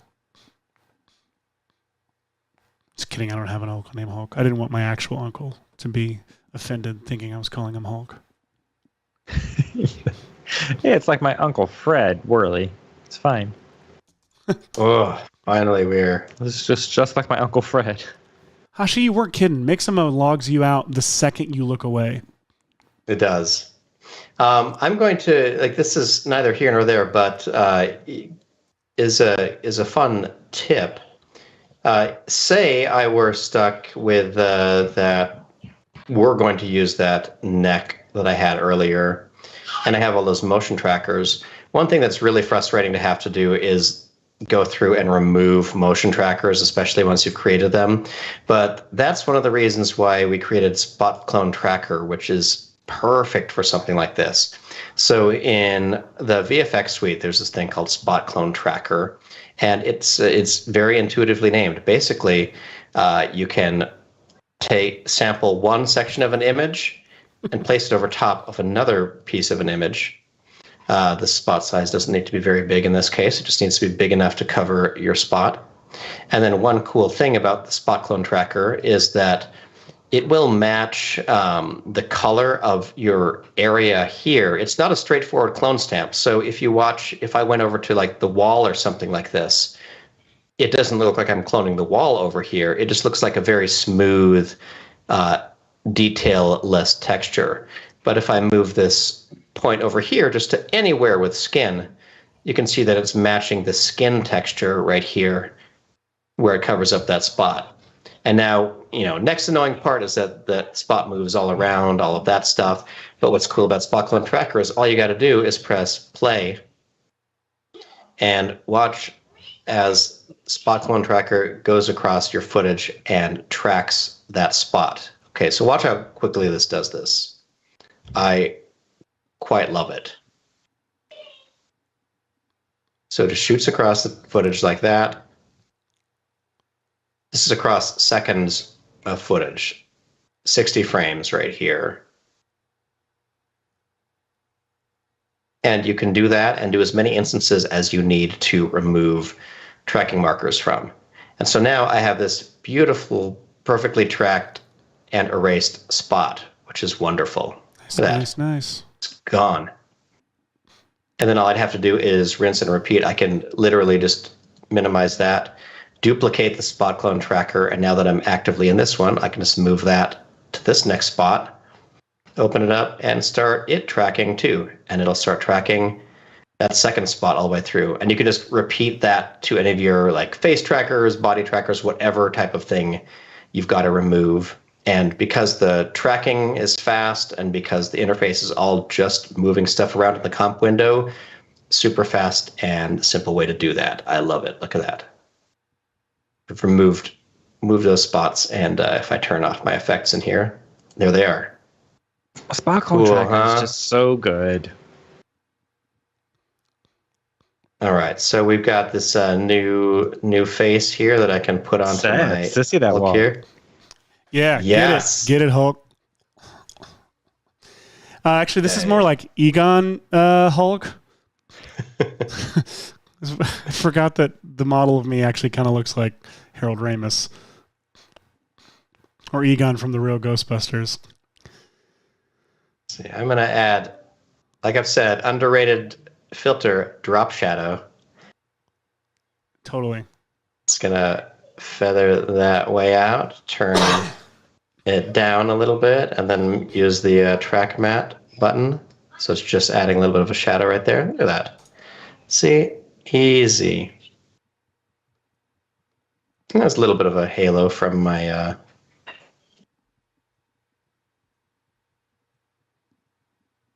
chin there, but we can probably matte choke that away. Soften that up, choke that in, and we even simplify this. Yes, Oops. choke in the chin. In the chin. Oops. And I'm going to check shadow only. That's what's happening. There we go. Seth, I can't with what's happening on your screen.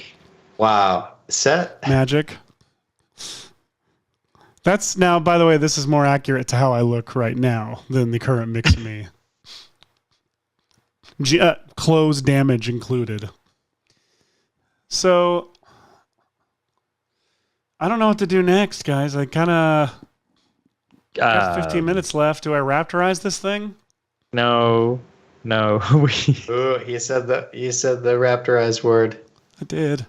I mean, that's you just pop the model on the head the same way you pop the Seth model on the head. That's not that unique. I think you need to. I think. Oh, can you in 15 minutes morph from regular Seth to Hulk Seth? I don't know. Can I? How would I do that? How would I? Oh, there's so many ways to morph in After Effects, and everyone's like, "There's no way to morph in After Effects." There's like 5 billion ways to morph in After Effects. Well, but is there a way to do it in Cinema 4D? Can I morph from one model to the next model? Yes. But I'd have to rebuild the clothes on top of them. Well, you could have the clothes react to the model moving underneath. If you want to get crazy. I know, that's what I'm saying, but I have to rebuild those clothes. Minutes. I'd have to rebuild those clothes as cloth dynamics. Real quick, show me how to morph. Show me how to morph. Right, you would just use one as the source and one as the. There's multiple ways you could do it, because but how should in films, like it's rare that they do a whole morph in one go.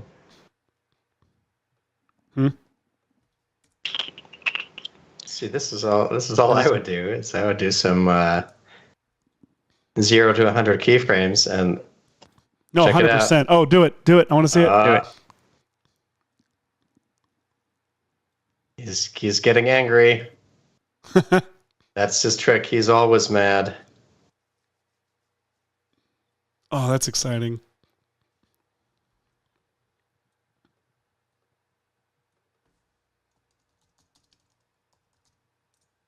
Oh, he's getting so angry. And jolly.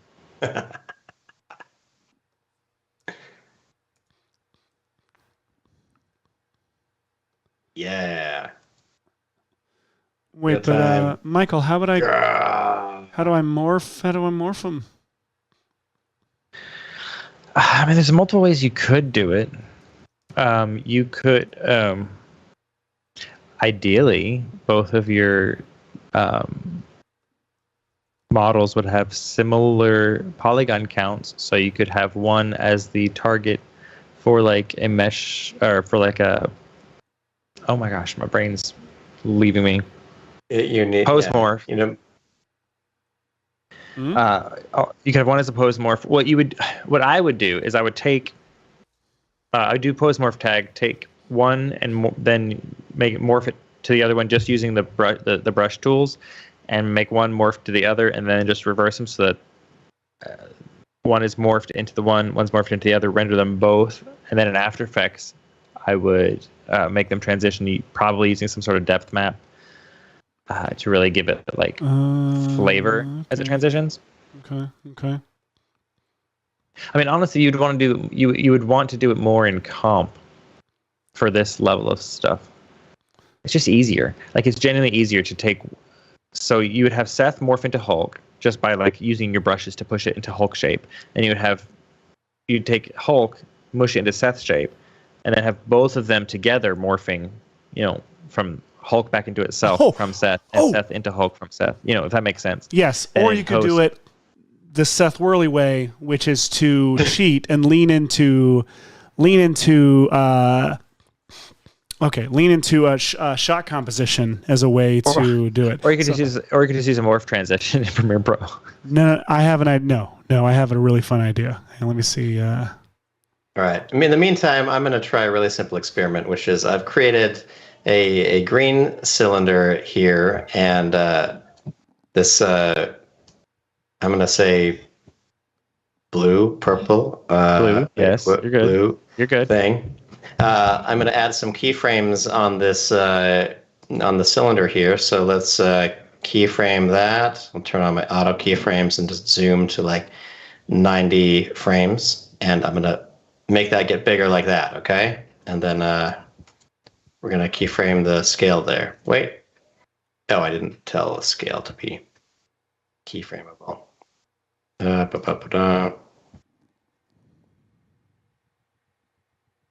Wait, why?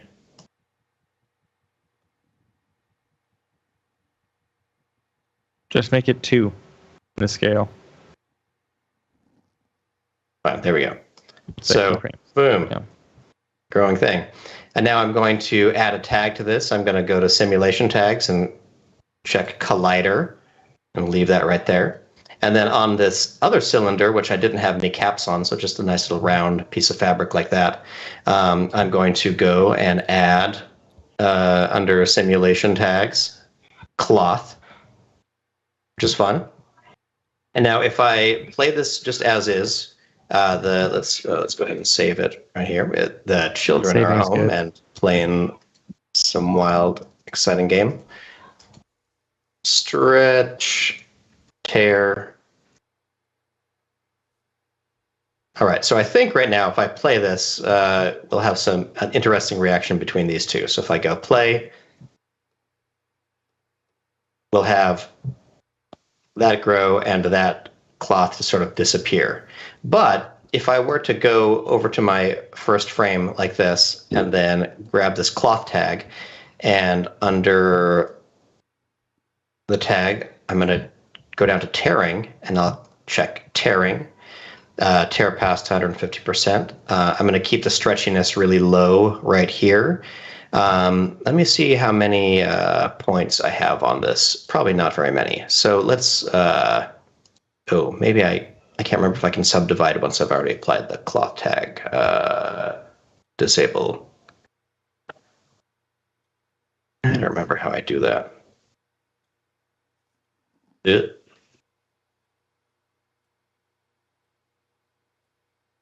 Poke polygons. Okay, I can. Great. So let's, under mesh, add poke polygons. Let's subdivide these poked polygons. There we go. So we got a lot of little points now. And I've also, as you'll recall, under cloth, checked tearing. And now I'm going to press play again. Play. Aww. Yeah! Look at that. Check it out. That's so not the most amazing tear. And if I wanted to art direct this more, I could start to do stuff like right now it's a very mathematical texture and a very mathematical predictable tearing pattern. Click off your cloth and go into object mode instead of point mode, and it will be more fun to watch in the viewport. Oh yeah. There we go. Let's make this a little bit let's give you a little more screen space.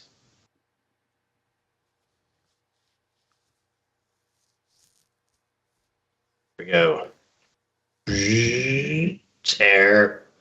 Look at that. So there's how you could do some cool cloth tearing apart simulation stuff, which is awesome because I was able to do that and didn't know if I could. But the tools made it simpler than it used to be to do that, and I love it. So additionally, I think that I could do some stuff like for tearing, I could use a map to do that. So if I wanted to, I'll go to my zero frame here and then go to mesh. Let's see, is it brushes? No, I'm looking for tools, paint tool. So I'm going to go to my cylinder here and I'm going to paint this little line. Actually, let's make it more interesting. Let's make it like this weird shape like that, okay? So I've painted this art-directed bizarre shape that I want. You'll see that it's created a little tag right here. I believe if I go to my we can't see tag, that. We can't see that tag, Hashi. Oh, you can't. It's off. It's off the screen. Sorry. Here in my object menu, once I'd painted on top of this, which again was tool, and when I had the object selected here, I went to tools, paint tool, and just painted this little line like that. Now if I go to my cloth tag where it says tearing, I can drag this map right here into the tearing map, and I just drag that vertex map into it. And now I believe if I play this through, watch. It tears more, yeah. It tears more wherever I had drawn that piece. So now I can get a really distinct looking thing there. And that's pretty cool. And say this were even a longer piece of timeline, like 150. Now I can watch more of the consequence of this thing. Let's add a ground plane kind of situation real quick. I know we're running out of time, but I'm just excited about simulations in general. Let's make that big. Let's make this a collider as well. And then let's play this through. Play. Arm getting too big, cloth tears off it, and little bits fall and land on the ground, which is cool. So this would be the next stage for me, basically comping something like this over top of that initial moment where I have the arm on the wall there getting torn. And just like Seth has shown throughout this, you can always throw this whole guy into a subdivision surface. So from the get-go, you have a smoother and nicer looking little simulation there. There are some stepping issues that you could resolve by going to the project settings, turning up under simulation. I would imagine the number of sub-steps will certainly help, and probably the number of collision passes too. So I'm going to quickly press play now. Still getting that seeping through a little bit. What are you doing over there, Seth? So I have this already animated from yesterday sequence where Hulk, like, he jumps, his feet, he lands and stands up into a stance, and I have this animation that I showed you guys as a GIF. Like, it's kind of a reveal of like the feet land, pan it, and it tilts up to reveal it's my face on Hulk's body, but I cut off the beginning, which has Hulk jumping. And so I downloaded the Mixamo version of the first part, my regular body, and I'm just going to make the sequence to where regular me jumps in the air and then Hulk me lands on the ground. Oh, that's great. Well, you've got 2 minutes. Yeah, I can do it. This is the way. This is the way. This is the way. All right, I'm gonna turn my tear amount lower so it's more like instead of like cotton and stretch, it's more like a starched shirt. And let me see if that gives it a sooner tearing moment. Oh, that's cool. That is cool. Now it's going slower now because I'm running more iterations on it, and I'm trying some of that back down. See, and also I could probably just what it considers the thickness of this fabric. And so I don't know if my substeps, my iterations, my smoothing iterations, what will affect the look of that cloth the most right now, because I don't love that it's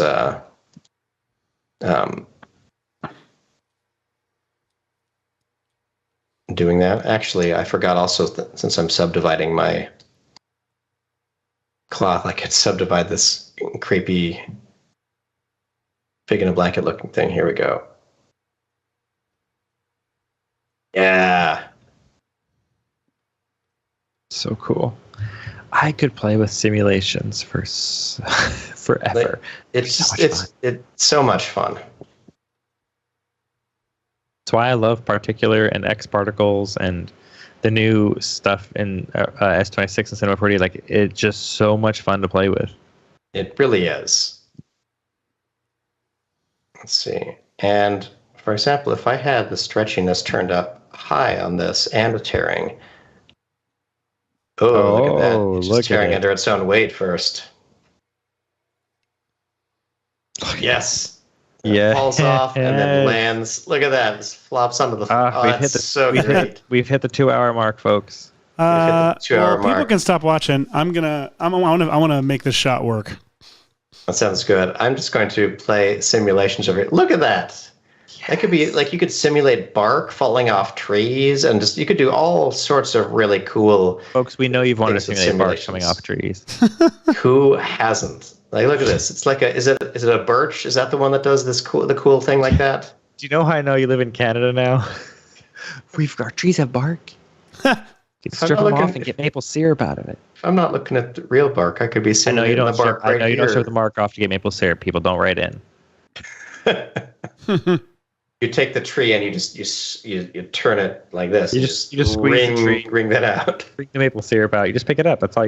That's why they hired the Hulk in Canada. So here's a good example. This looks exactly the color of a hot dog to me. I know it's not, because numerically I know it's not, but my brain is. Hashi, if you see a hot dog that's that color,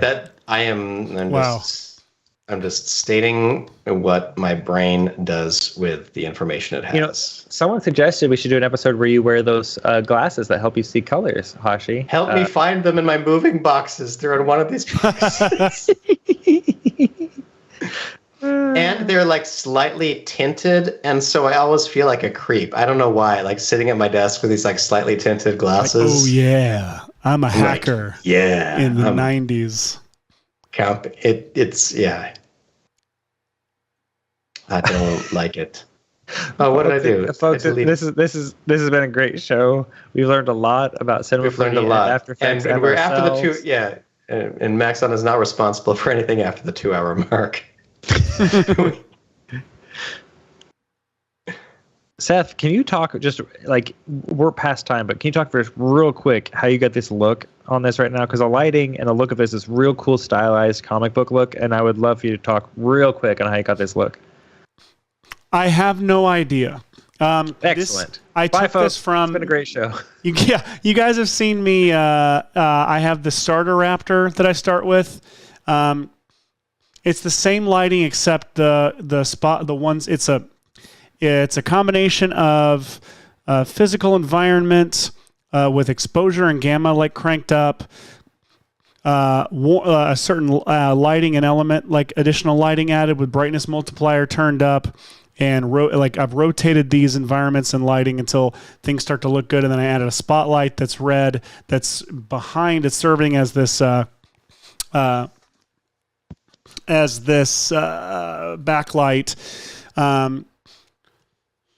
And one of the shots in the West Side Story Raptor video, I just found like this is the sweet spot to where this Raptor looks the best to me in my taste. And so I made it my starter Raptor, and I just copy and paste this Raptor into my other Raptor stuff. And so it's essentially the same settings on this Hulk of messing around until something breaks or looks good. And also ambient occlusion jacked way, way up. I want to see how Play this. until it works. Got it.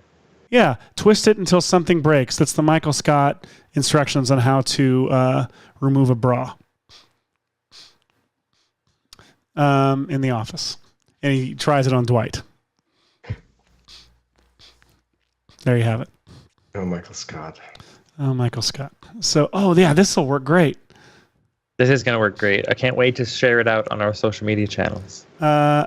See, where he's literally doing work still. Let's see. Scene. It's Friday. Who cares? If I... Crap, how do I... What's the quickest way to do this? I could just duplicate element. No, go to... Split it. Go to the first one. Save. Scene setup. Bring in the new, which reg Seth jump. Import. Use auto normals. No, the normals are messed up. I might be able to still get away. No. Crap. We need to be normal. And I already. Oh man. Okay, maybe I can. Seth, it's 5 past, buddy. No, it's not. It is 5 past. It's okay. You can fix this. Oh, I can fix this. Hang on. Where do you reverse the normals? I forgot. On the model, down at the bottom. Like on the model, not the material. Oh, damn, it's going to reverse all of them. Yeah.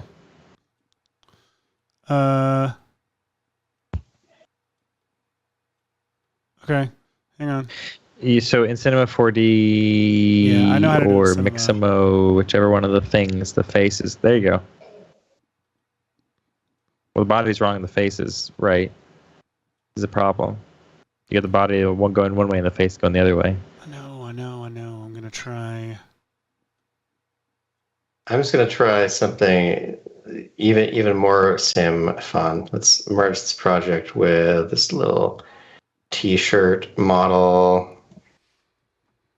Perfect. Ooh, look how glossy this t-shirt came in. That's silly. Why? What? Why is that the default t-shirt texture? It's like metallic. Wouldn't you want a shirt like that? I mean, I would, but I'm upset that I don't have one, so I don't want anyone to have one.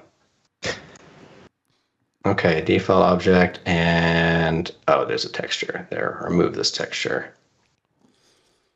Okay, so now super Okay. comp, add the element, Yes.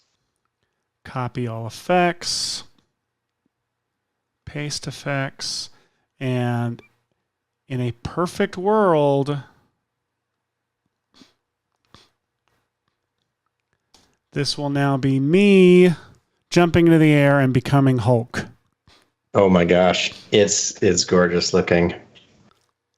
Ooh, I can totally do this in the meantime. Cloth, tear past like barely any growth there, and figure. You're also a collider now. Let's see. Hulkify the stick figure. Yes. Oh my gosh. Yes. That was such a delayed reaction.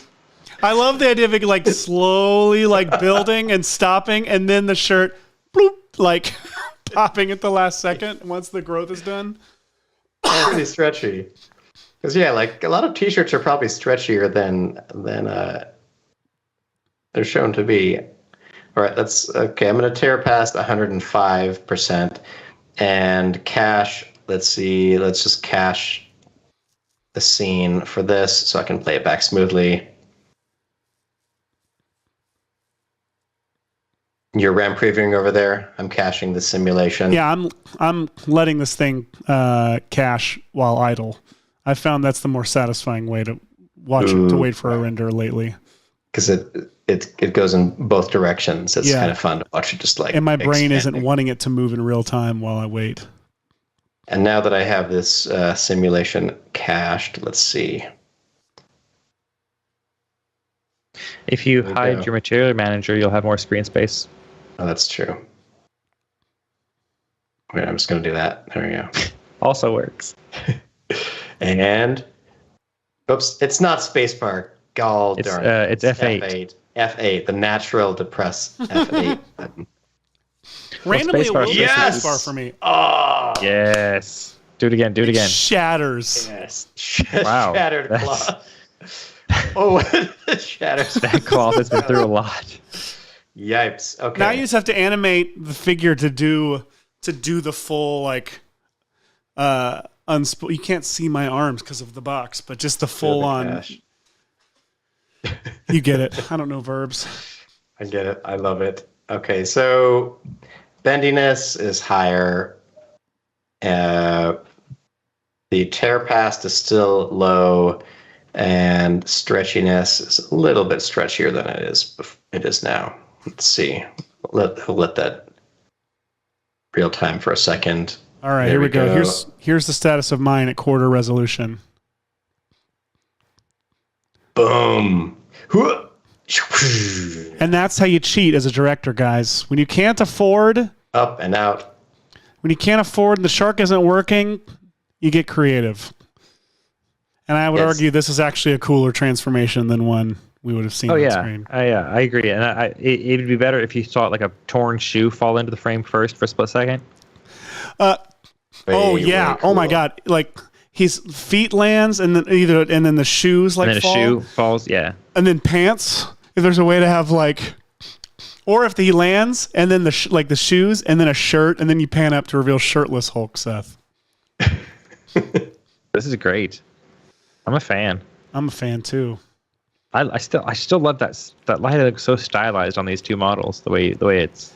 Part of it is hot rim light. I think part of it is also the polygons, like how like low poly the model is. It makes it feel stylized like paper. This whole thing has such a cool style look to it. Yeah, totally by accident. I love it. Gorgeous. I'm also using Trapcode Horizon, by the way, as my background because You're using what? Trapcode Horizon with the gradient kept on because if you look, you can't really tell totally. It's just a subtle. Yeah. Movement like that happens naturally, and then if you do that with the ambient occlusion and a plane, an invisible matte shadow plane on the bottom, it all sells as like this void. Infinite environment. That's great. And that's also with Magic Bullet looks turned on with a whole bunch of cool stuff. Here it is without. Here it is with some elation and such going on. Optical diffusion, one of my favorite new things. Me too. We got to get out of here, don't we? We do. Hosh, you got anything else you want to do before we go? No, but I love that the cloth simulation thing is as simple as what we're doing. Folks, it's just so much fun to play with. You don't have to know what you're doing, and it just makes fun. You clearly don't have to know what you're doing at all, and still have plenty of fun with this. That makes me want to start like tearing some clothes in cinema way more often. Heck yeah, ladies. And on that note, thank you for joining us this week on VFX and Chill. We love you. Hashi, you spoke first, so I'll let you speak last. Thank you so much for coming back. Stay tuned for lots of exciting VFX and Chill action. Always feel free to suggest show topics and things that you want to see us fumble around and figure out live in the comments. And share the show with 40,000 of your closest friends and family. Right now. You stood on the shoulders of geniuses to accomplish something as fast as you could. And before you even knew what you had, you patented it and packaged it and slapped it on a ceramic mug and now selling it. You want to sell it. Well, life finds a way.